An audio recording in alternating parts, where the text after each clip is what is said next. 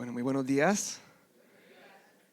No sabía que el pastor Jonathan estaba en Estados Unidos. Eso quiere decir que Dios llevó el pastor de acá a Estados Unidos y trajo de Estados Unidos el predicador de hoy. Yo soy de Estados Unidos, pero yo vivo acá. Entonces, vengo acompañado, como decía Jonathan, de mi esposa, que es costeña, mis hijos, que son paisas, y pues yo gringo, ¿cierto? Entonces, una familia multicultural. Y que conste que nos sentamos acá de este lado, al lado de la puerta, pero no sabíamos que daban buñuelos y tinto.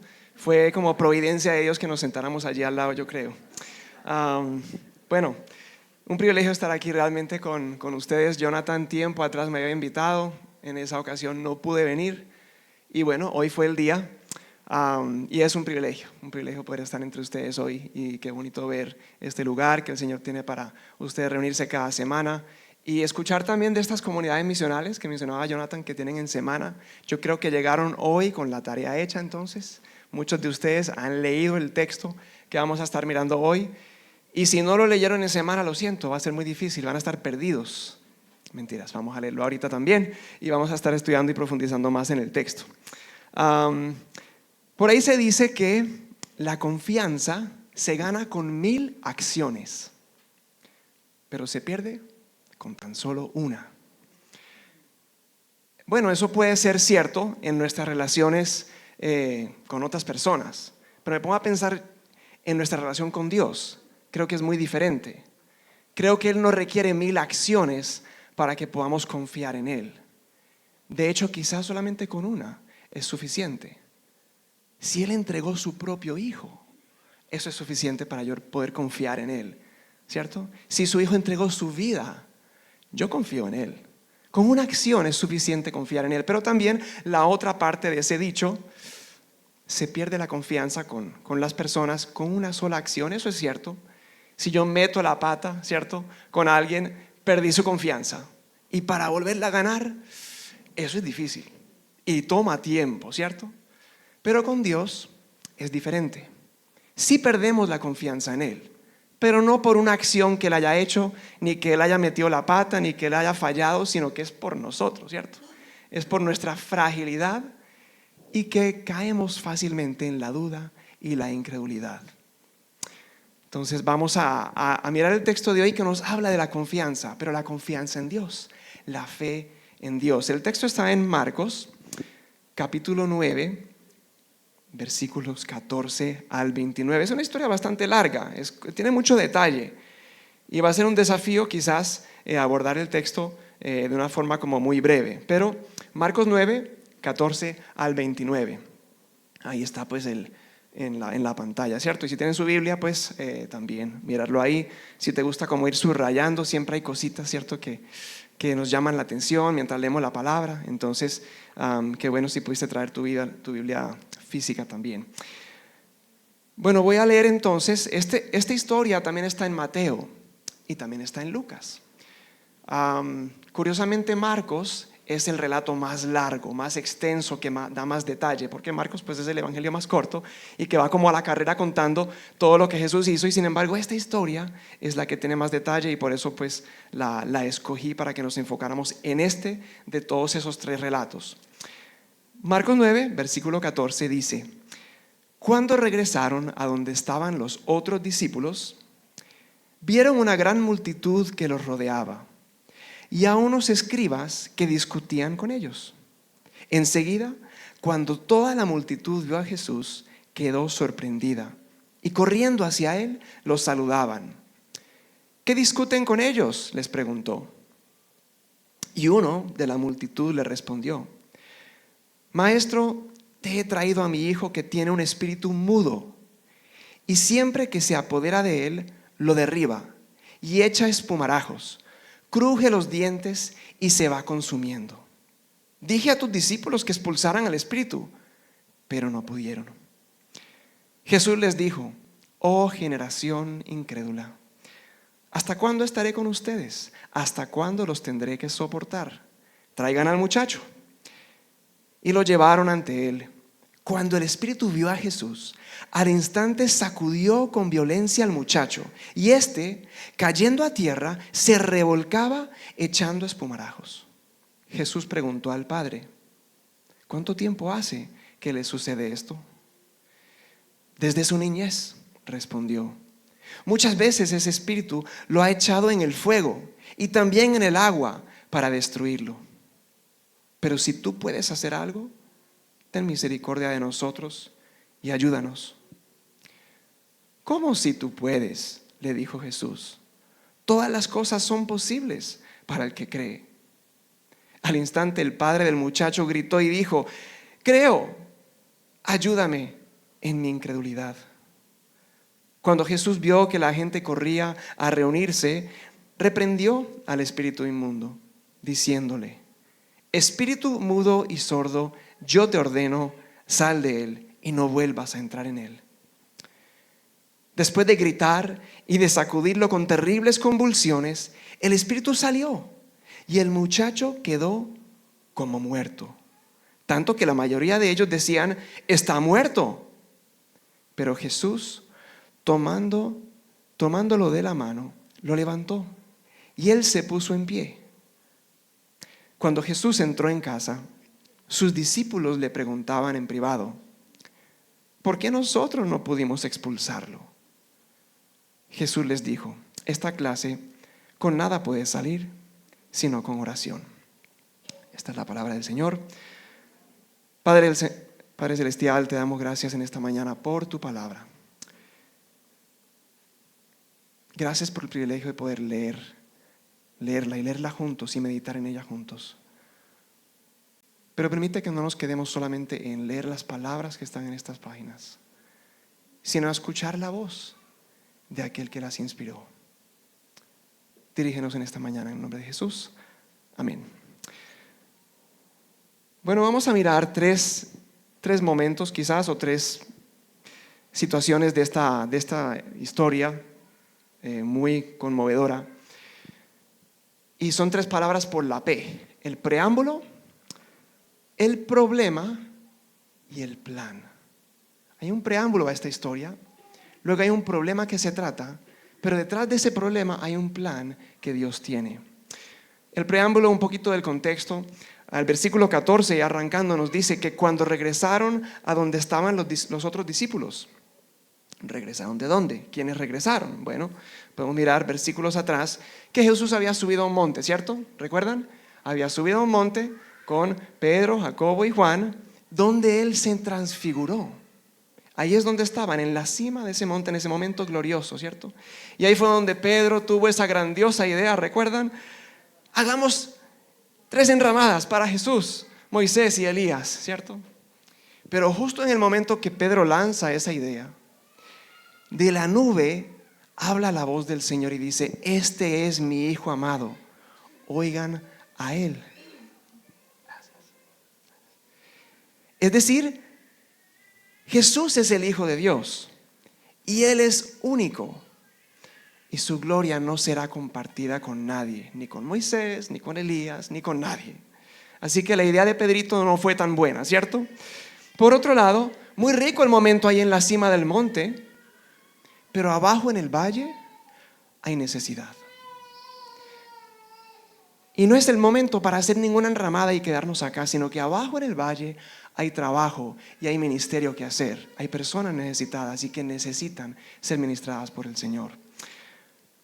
Así que se ha comparado un poquito ese descenso del monte, cuando Jesús baja con esos 3 discípulos, al momento en que Moisés baja del monte Sinaí. ¿Recuerdan, cierto? Que fue un tiempo glorioso en el cual Moisés está en la presencia de Dios y él recibe las tablas de la ley con la misma escritura de Dios que ha grabado eso en las tablas. Pero luego baja ¿a qué? Baja a un caos, ¿cierto? A un caos de un pueblo que se ha entregado a la idolatría. Bueno, similar, Jesús también en ese momento glorioso en la cima de ese monte, en ese momento de transfiguración. Mateo 17:2 dice que su rostro resplandeció como el sol. Y luego él baja el monte con esos 3 discípulos. ¿Y a qué baja? ¿A qué situación baja él? También a un caos de confusión y de incredulidad del ser humano. Está esta disputa entre los escribas y los discípulos, pero también al caos de la perversidad del enemigo y de los espíritus inmundos. que están en esta tierra, ¿verdad? Entonces, la transfiguración de Jesús también fue un momento glorioso, pero también esa bajada de ese monte nos recuerda ese momento, el contraste de ese tiempo con el Padre y llegar a la realidad aquí en la tierra, ¿cierto? Bueno, hay el preámbulo. Vamos con el problema.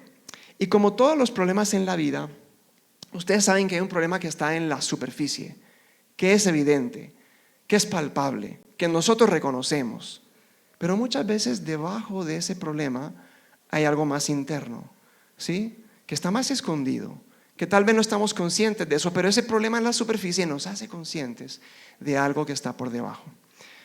Por ejemplo, el problema en la superficie, en estos personajes podríamos pensar el padre de este hijo que nos relata acá. ¿Cuál es el problema en la superficie? Pues su hijo que está endemoniado, ¿cierto? Y además, Lucas nos dice que es su único hijo. Este es el único hijo de este papá y tiene este problema. Los discípulos, ¿qué dirían? ¿Cuál es el problema para los discípulos?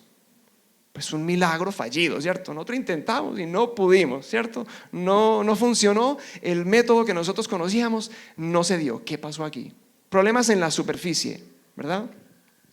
Esos problemas sacan a relucir algo interno, algo que está bajo la superficie. Y las primeras palabras de Jesús, bueno, él hace una pregunta primero, pero luego las primeras palabras de Jesús, luego de saber cuál es el problema, que está en el versículo 19, ¿qué es lo que él dice? Oh generación incrédula. Ahí está Jesús tocando no el problema en la superficie, sino lo que está debajo. Ese es el problema real, la incredulidad. Bueno, vamos a mirar quizás un personaje a la vez, alguno de estos problemas, ¿sí? Por ejemplo, el padre. Pensemos en el padre. El padre es el padre preocupado, ¿sí? No sé si hay padres acá, quizás tú has sido por momentos un padre preocupado, por cualquier razón, ¿cierto? Este es un padre preocupado. ¿El padre tiene fe? Sí, tiene fe, si no, no hubiera llegado donde Jesús. Eso es lo que lo lleva a buscar esta solución. Tiene fe, pero vamos a decir que es una fe debilitada. Se ha debilitado su fe, ¿cierto? Ha llegado la duda en medio de su fe, ¿ok? Todos nos ha pasado eso, yo creo. No sabemos a dónde más recurrió este papá, porque no nos dice más la historia. Pero él tenía fe en Jesús y lo llevó a Jesús, pero Jesús no estaba. Jesús estaba en el monte con los otros discípulos.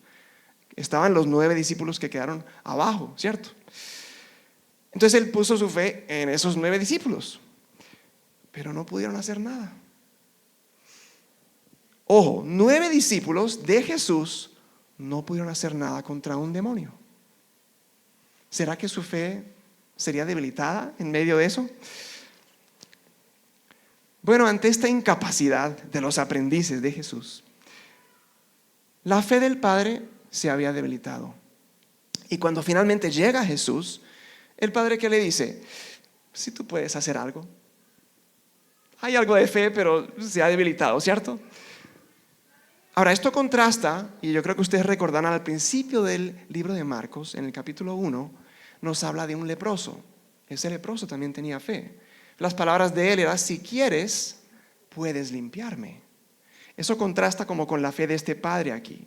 El leproso confiaba en el poder del Señor. Yo sé que tú puedes, lo que no sé es si es tu voluntad limpiarme. Esa es la fe del leproso. La fe del padre es como lo inverso, ¿cierto?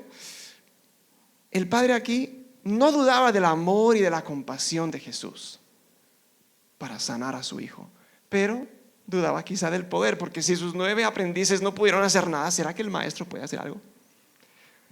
Quizás este es un chicharrón demasiado grande para él, ¿cierto? Entonces, duda si es capaz. Y bueno, Jesús interesantemente cambia el condicional en esa frase, ¿cierto? El condicional del Padre es si tú puedes, pero el condicional de Jesús no es si yo puedo, es si tú crees. Ese es el condicional, ¿cierto? Entonces ahí está apuntando ya a lo que decíamos, el problema que está bajo la superficie. Bueno, eso en cuanto al Padre, podemos hablar un poquito ahí del problema de él, una fe debilitada. Los discípulos, vamos a llamarlos los discípulos desconcertados, ¿cierto? Están ante una situación que tampoco ellos saben qué hacer. ¿Los discípulos tienen fe? Sí, sí tienen fe, pero vamos a decir que su fe ha sido desplazada. Según la respuesta de Jesús al final de esta historia, cuando están ya en la casa, ya no están con la multitud y con toda la gente, están en la casa. Según esa respuesta, hay algo que les faltó, algo muy importante que les faltó a los discípulos. Y esa respuesta es muy diciente de dónde estaba la fe de los discípulos. ¿Cuál era el objeto de la fe de sus discípulos en el momento de tratar de echar fuera este demonio? Quizás el objeto de su fe había cambiado y ya no era Jesús, sino que podía ser su experiencia, podía ser lo que habían aprendido, ¿cierto?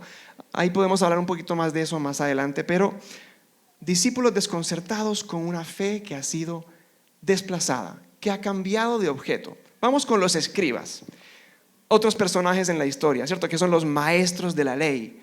Ahora, estos personajes tienen mucho conocimiento, tienen amplio conocimiento, pero ¿saben qué? Carecen de fe en Jesús. Ellos no creen que es el Hijo de Dios. Ellos no tienen fe. A propósito, el conocimiento puede ayudar nuestra fe, pero no puede producirla. Si no tenemos fe, no vamos a basarnos en conocimiento para que eso, ¿cierto? Es el Espíritu que hace eso en nosotros. Él pone la fe y el conocimiento que adquirimos de la palabra y del Señor, eso va aumentando y fortaleciendo nuestra fe, pero no la puede producir. Ellos tenían mucho conocimiento, pero ¿confiaban en Jesús? No, antes estaban buscando su caída, ¿cierto? Eso en cuanto a los escribas. Curiosamente, de todos estos personajes, si miramos los problemas que ellos tienen en su fe, no sé ustedes, pero a mí me parece que en esta situación es el Padre el que tiene más fe de todos, más que los discípulos y por supuesto más que los escribas. Este padre carece del conocimiento que tienen los expertos en la ley. Él no tiene eso. También carece de la experiencia que tienen los discípulos. Y sin embargo, tiene más fe que ellos en esta situación. Porque Jesús, cuando baja del monte, hace una pregunta, ¿cierto? ¿Cuál es la pregunta que él hace? Versículo 16 dice, ¿qué discuten con ellos? Bueno, cada vez que Jesús hace una pregunta, no está buscando pues información, él ya sabe la respuesta a esa pregunta, ¿cierto? Pero está buscando como, a ver, cuéntenme, ¿qué está pasando? ¿Cierto? Que ellos tengan la oportunidad de explicar en sus palabras qué está pasando. Bueno, ¿y qué dicen los discípulos? ¿Qué dicen los escribas ante esta pregunta? Nada, ¿cierto? Ellos callan, están calladitos. El único que habla es el padre de este niño, ¿cierto? O de este hijo, de este muchacho, este joven. Por eso digo que él es el que tiene más fe, porque en medio de todo, él es el que levanta su voz, incluso él expresa, ¿cierto? Él llega donde Jesús y abre su boca. Mientras los demás callan, él habla. Y de alguna forma él todavía insiste, ¿no? Los discípulos, ante el fracaso de los discípulos de este maestro, de todas maneras voy a levantar mi voz. Nadie más dice nada. Yo voy a decir qué está pasando aquí y yo necesito algo acá.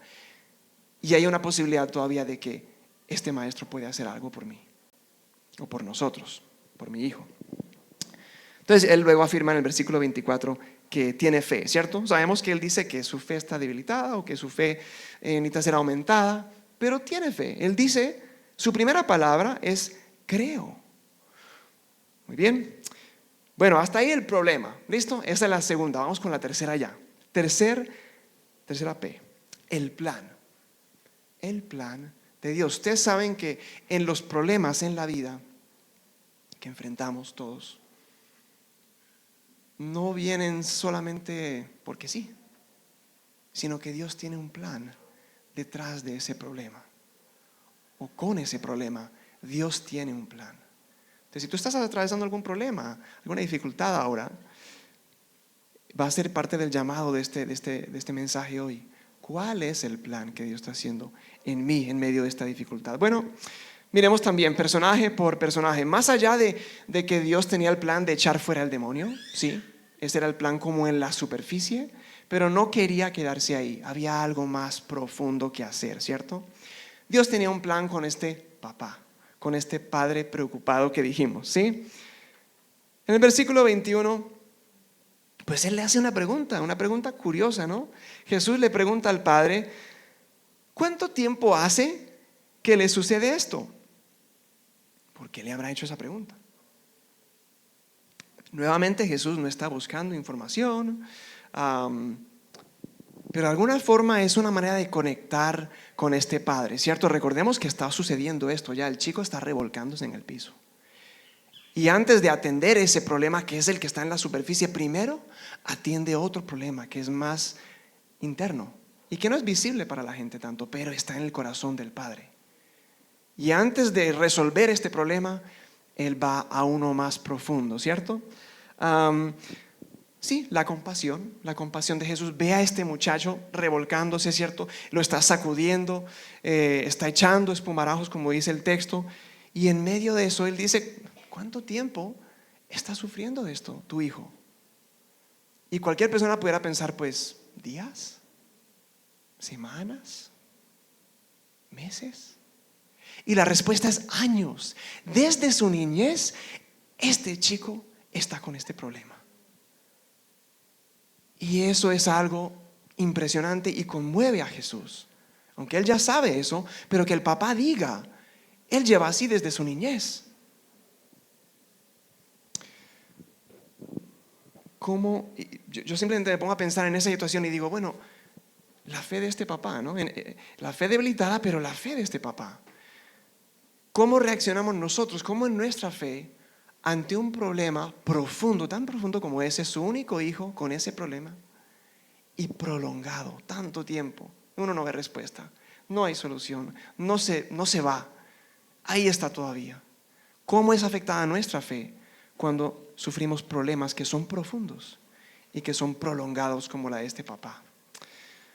Bueno, en alguna manera esta pregunta que hace Jesús al papá es una forma de invitarlo también, ¿cierto?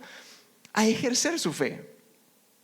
Casi como si Jesús le dice, un momento, a ver, a pesar de que tu hijo lleva años así, ¿tú aún crees?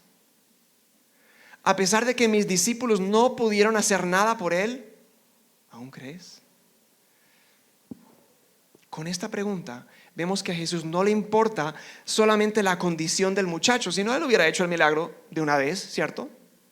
Sino que le importa también el corazón del papá, que está batallando con la incredulidad, y eso requiere un milagro interno, ¿cierto? Y él va a atender eso primero, luego habrá tiempo para lo otro.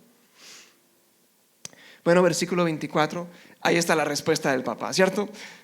Yo creo, pero ayúdame en mi incredulidad.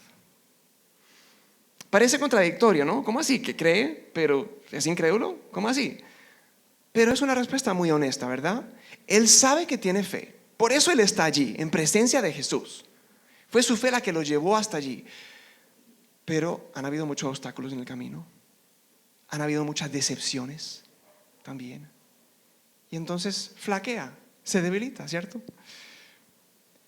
Pero en estas 5 palabras que dice, al menos en esta versión, 5 palabras que dice el papá, creo, ayúdame en mi incredulidad. En esas 5 palabras hay al mismo tiempo una confesión y hay un ruego. Está confesando que mi fe es poca, quizás no sea suficiente, y suplica también y ruega, pero ayúdame, necesito tu ayuda, aumenta la poca fe que tengo, auméntala. Y está pues pidiéndoselo al que se lo puede cumplir, ¿cierto? Al que puede aumentarle su fe, y por eso esta conversación, y por eso es que Jesús entabla esta conversación con él.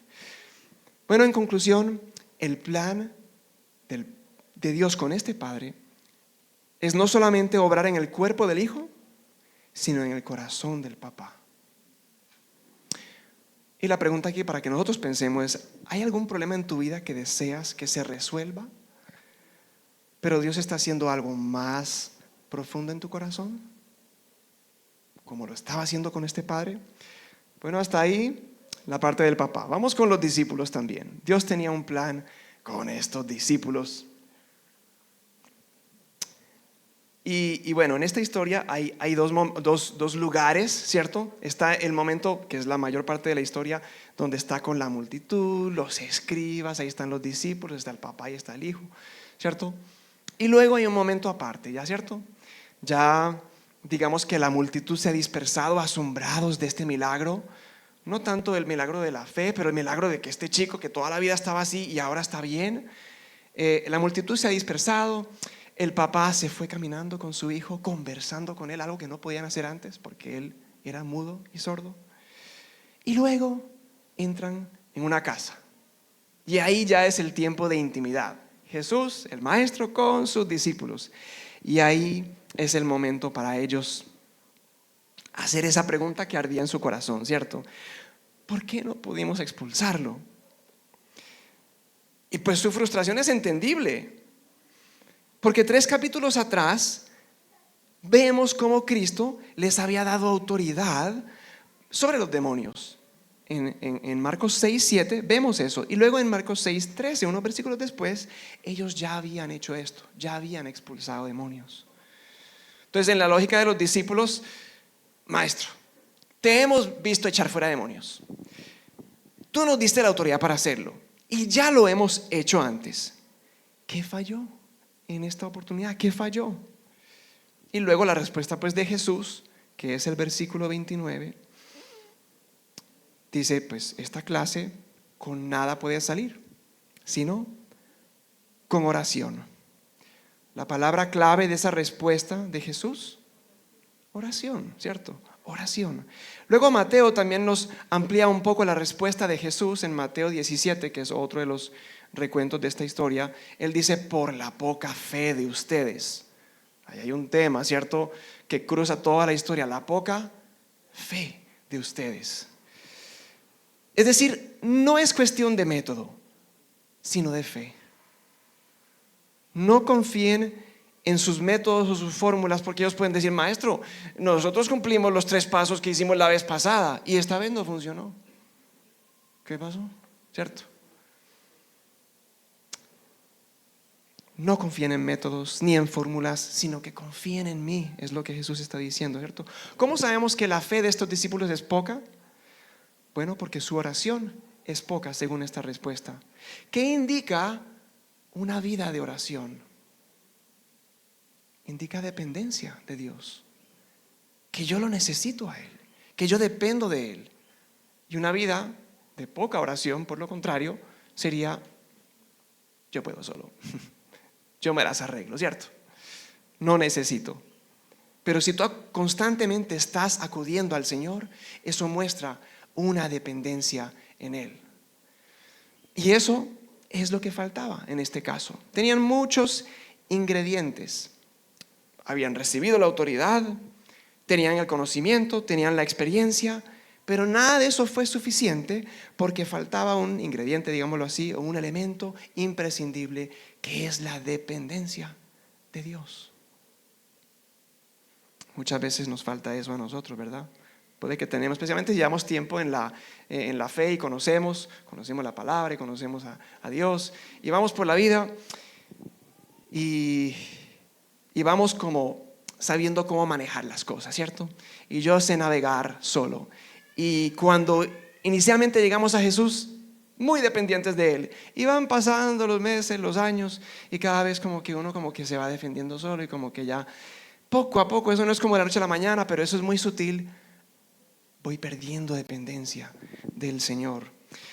Curiosamente, esa lección de la dependencia, el padre en esta historia ya la había aprendido. Él dijo, creo, pero ayúdame en mi incredulidad. Él es consciente ya de su poca fe.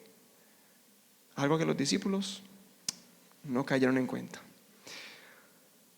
Ahora, una cosa es que el padre en esta historia tuviera poca fe, pues era su primer encuentro con Jesús. Pero otra cosa es que los discípulos de Jesús tuvieran poca fe. Habían caminado con Él, habían escuchado sus enseñanzas, habían visto y experimentado su poder. Y esto es un recordatorio para ti y para mí de que aún en los creyentes hay incredulidad. Batallamos con la incredulidad.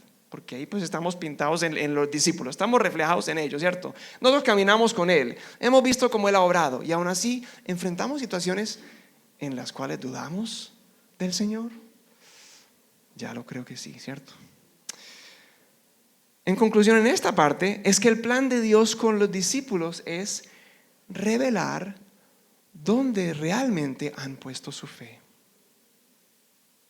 Además de eso, prepararlos para cuando Él ya no esté.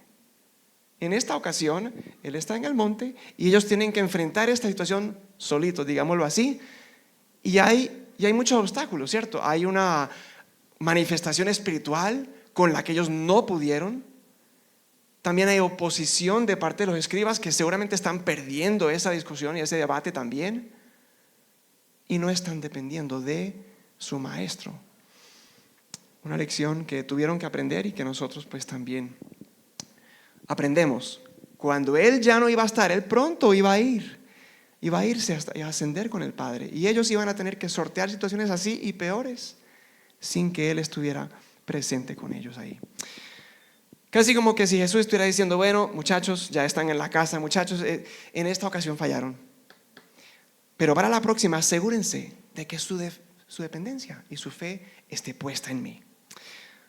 Así que otra pregunta para que estemos pensando aquí es, ¿estás enfrentando un problema que te está llevando a crecer en tu dependencia de Dios? ¿Estás enfrentando un problema que te está llevando a crecer en tu dependencia de Dios? Bueno, también en último lugar, otro plan. Vimos el plan que tenía con el Padre, el plan que tenía con los discípulos, pero también tenía un plan con este muchacho. Y el plan que tenía con este muchacho es muy diciente en su plan con nosotros también. Este joven no podía hablar ni podía oír, ¿cierto? Era mudo y sordo. Estaba totalmente a la merced de este espíritu que lo controlaba. Era incapaz de ser liberado por su propio esfuerzo. En últimas, él dependía 100% de que alguien lo rescatara de esa situación. Y ahí hay 3 versículos seguiditos, ¿cierto? En el cual Jesús obra, ¿cierto? Él da la orden. Espíritu mudo y sordo, yo te ordeno, sal de él y no vuelvas a entrar en él. Cuando sucede eso, la multitud está presenciando qué pasa, porque cuando Jesús dice eso, ¿qué ocurre en ese momento? No es que sale inmediatamente, sino que se manifiesta nuevamente y sacude a este muchacho y lo tumba y lo revuelca, ¿cierto? Eso es lo que sucede en el momento que Jesús produce estas palabras. Y la multitud que dice, no, este está muerto, porque cayó ahí, ¿cierto? Como muerto, dice el texto. Y pues veíamos la incredulidad también de la multitud, ¿cierto? No, seguramente en esa sacudida que pegó, ¿cierto? Algún golpe ahí, esas convulsiones, algún golpe que se dio y ahí quedó este muchacho. Tampoco creyeron que Jesús había echado al demonio fuera. Pero bueno, versículo 27, y eso es lo hermoso, este es el pero, o sea, hay tantos peros en la palabra de Dios, peros del Evangelio, versículo 27, pero Jesús, entonces todos decían que está muerto, pero Jesús, ¿qué hace Jesús? Lo toma de la mano y lo levanta, y el muchacho se pone de pie, ¿cierto? Y ese no es el plan de Jesús con nosotros. Este plan de Jesús con este muchacho no se parece mucho al plan de salvación en nuestra vida. Tú y yo éramos sordos a la palabra de Dios, así como él era sordo, ¿cierto? No teníamos esperanza. Estábamos muertos, ellos lo pronunciaron muerto a él, estábamos muertos en nuestros delitos y pecados. Y totalmente dependientes de que Jesús nos rescatara, nos tomara de la mano y nos levantara. Y Lucas, en la versión de Lucas, él añade que se lo devolvió al muchacho a su padre. Y eso es lo que hace Jesús con nosotros, ¿cierto? Nos toma de la mano, nos levanta y nos entrega al cuidado del Padre. Qué hermosa imagen del plan de Jesús con este muchacho, físicamente, pero también de su plan en ti y en mí para nuestra salvación y para redimirnos de un problema que nosotros no teníamos respuesta. Estando muertos en nuestros delitos y pecados, no podíamos hacer nada si no fuera la intervención de Jesús en nuestra vida. Bueno, estamos llegando al final de nuestro recorrido por la historia, pero me parece que no podemos terminar sin mencionar las palabras de Jesús en el versículo 23, que han sido controversiales. Ahí pueden mirarlas. Cuando dice, todas las cosas son posibles para el que cree. Se han malinterpretado esas palabras muchas veces y se han enseñado una cantidad de cosas. Todas las cosas son posibles para el que cree. Está diciendo Jesús que si tú crees, todo lo que tú quieres, lo que se te antoje, digámoslo así, será posible. Muchas veces nos pueden enseñar por ahí que eso es lo que está diciendo Jesús, pero eso no es lo que está diciendo Jesús. Dios es demasiado sabio y bueno como para darnos todo lo que nuestro necio corazón quiere y desea muchas veces. El versículo 23 es realmente una descripción de una fe verdadera. Una fe verdadera que cree aún en medio de un problema más complicado que nos podamos imaginar, de una prueba difícil y de un panorama oscuro. Recordemos a Daniel, recordamos los 3 amigos de Daniel. Esa situación donde Nabucodonosor manda a hacer esa estatua de oro y que debían de adorarlo. Y ellos pues firmes, ¿cierto? En su fe en su Dios, ellos dicen, no vamos a adorar esa estatua. Y sabiendo que la consecuencia era un horno de fuego, ¿cierto? Y en medio de eso ellos no adoran a esta estatua porque ellos creen en el poder de Dios para librarlos de ese horno. Ellos saben que Dios es posible, es capaz, es poderoso para poderlo hacer. Pero luego ellos dicen, pero si no lo hace, aun si no nos salva del horno de fuego, no serviremos a sus dioses, ni adoraremos la estatua de oro. Algunos dirían, bueno, cuando estos muchachos dicen esto, aun si Dios no nos salva, ¿está flaqueando su fe? No, ellos saben que Dios puede librarlos de eso, pero no son tan soberbios como para afirmar conocer la voluntad de Dios. Aun si ellos se mueren ahí, ellos confían en el plan de su Dios. Ahora, ¿por qué menciono esto? Porque la historia que acabamos de leer en Marcos es una historia que tiene un final pues feliz, ¿cierto? Tiene un final feliz. Nos imaginamos ese papá con ese hijo caminando, ¿cierto? Hablando después de tantos años sin poder conversar. Es un final feliz. Pero estamos hablando de la fe hoy, ¿cierto? Y de una fe madura. Y una fe madura no es tener fe en un final feliz, sino tener fe en el Dios de ese final, sea cual sea, independientemente del resultado, porque Él sabe que es lo mejor. Aquí hay una petición, la petición de un padre a favor de su hijo en esta historia, ¿verdad? Un padre le hace una petición a favor de su hijo y esa petición es respondida favorablemente. Pero conocemos la historia de la petición de un hijo a su padre. El Hijo de Dios en Getsemaní le hizo una petición a su padre. Padre mío, si es posible que pase de mí esta copa, pero no sea como yo quiero, sino como tú quieras. Al final del pasaje que leímos hoy, el hijo fue sanado y fue salvado de esta prueba tremenda. Pero al final de su vida, el Hijo de Dios fue torturado y fue crucificado. Jesús confió en el Padre y confió en el plan del Padre hasta su muerte. Yo creo que el pasaje que leímos hoy nos desafía a crecer en nuestra fe. La fe debilitada del Padre fue fortalecida. La fe desplazada de los discípulos fue puesta en su lugar en Cristo y no en ellos mismos, ni en sus métodos, ni en su experiencia. Y es una fe que es más madura. Estamos siendo llamados a una fe más madura, yo creo, sometida a la voluntad de Dios. Una fe que, como dijo Jesús en Getsemaní, no se haga mi voluntad, sino que se haga la tuya.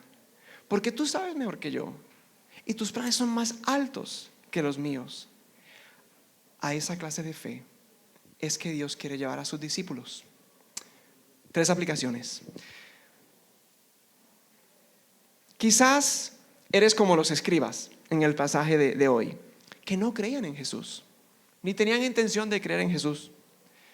Sin embargo, al igual que en esta historia que leímos, hay evidencias a tu alrededor del poder de Jesús y de su amor y de su compasión. Tal vez para ti sea que Dios te ha sostenido hasta el día de hoy, o que estás sentado acá. Esa es muestra de su amor y compasión por ti. O quizás tú has visto a Jesús obrar en la vida de un familiar. Entonces hay evidencias, puede que no creas en Él, pero hay evidencias a tu alrededor de su poder y de su amor y compasión. Así que para ti la aplicación sería: ven a Jesús hoy en arrepentimiento y fe. Segunda aplicación: quizás eres como el padre en este pasaje y tu fe ha sido debilitada por alguna situación que estás enfrentando. O quizás eres como los discípulos y tu fe ha sido desplazada y has dejado de depender de Dios y comenzado a depender más en ti, en tu conocimiento, en tu experiencia, en tus métodos, etc. La aplicación es que sigas acudiendo a Jesús como lo hizo el Padre en esta historia. A pesar del sufrimiento profundo, como dijimos, y prolongado que había vivido, Él aún así acudió a Jesús. No dejes de acudir a Jesús. Sigue acudiendo a Él. Y ven donde Jesús, como los discípulos también, que aunque estaban apenados, tenían vergüenza por su fracaso, y aún así le hicieron esa pregunta: ¿qué falló? ¿Qué hicimos mal? Ayúdanos para que la próxima vez no cometamos este mismo error. Tercera aplicación: quizás, como el Padre en esta historia, tienes a alguien que tú deseas traer a Jesús. Eso fue lo que hizo el Padre, ¿cierto? Trajo a su hijo a Jesús. Posiblemente sea tu hijo, o otro familiar, o un amigo que necesita que Jesús lo tome de la mano y lo levante, física o espiritualmente. La aplicación aquí es que en total dependencia tú lleves a esta persona a la presencia de Jesús en oración. Porque como el papá en esta historia, nosotros no podemos hacer nada por la salud de esta persona o por transformar su corazón. Pero sí podemos y debemos traer a esta persona a quien sí puede obrar, que es a Cristo. Los invito a que oremos para terminar en 2 sentidos, quizás pensando en esta oración del Padre que dijimos que es una confesión y al mismo tiempo es un ruego, es una súplica. Así que voy a guiarles en esta oración y vamos a orar así. Padre Celestial, confesamos